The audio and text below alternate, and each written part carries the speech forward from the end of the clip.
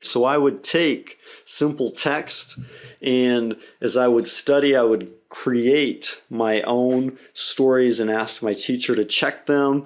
And I would look for podcasts or different kinds of materials that I could use to study and develop my listening skills, read along, learn the vocabulary words, take those words, learn how to join them through grammar structure, and then know how to pronounce those words correctly so I could speak with others and actually focus on learning how to spell and write them as well so I could communicate at every level of the language.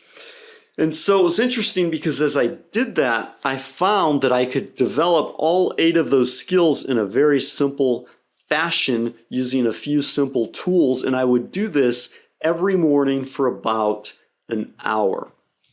And so when I went into the classroom, I had actually learned quite a lot that I could practice with the teacher and with the other students, and then go out and learn even more.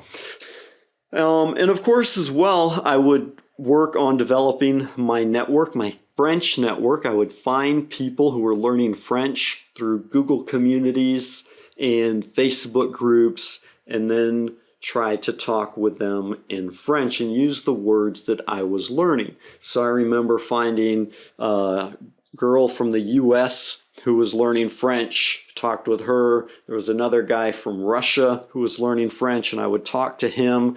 And so in this way, not just studying, but also taking and practicing with real people, just like we teach you to do in the speaking course on building your own personal English network. And then, of course, I would take all this stuff that I was learning, and every week I would take a quiz or a test to evaluate my level. So my original goal was to reach level A2 in French. And then once I reached that goal, A2, my next goal was to reach B1. So this way I could track myself, track my progress, and see how I was developing. And then, like you learned in the plain English method and how to develop fluency, where we talk about setting specific goals, I knew how long it was going to take me approximately to reach those goals. So like at the month, I would look, okay, I need about another 100 more hours of study time to reach that goal.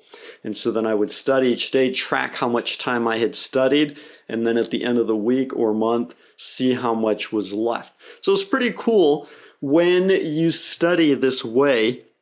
You test yourself and track yourself, you see your progress. You don't really depend on the teacher. And I know this is different than what a lot of students are used to, because most students come to me and they say, hey, David, I've been studying for 3 years in this course and I don't feel like I'm progressing. I don't feel like I'm developing. Okay, if you're studying in a course and the course is only 2 hours a week, then you're going to study 80 hours in a year, which is what most courses do.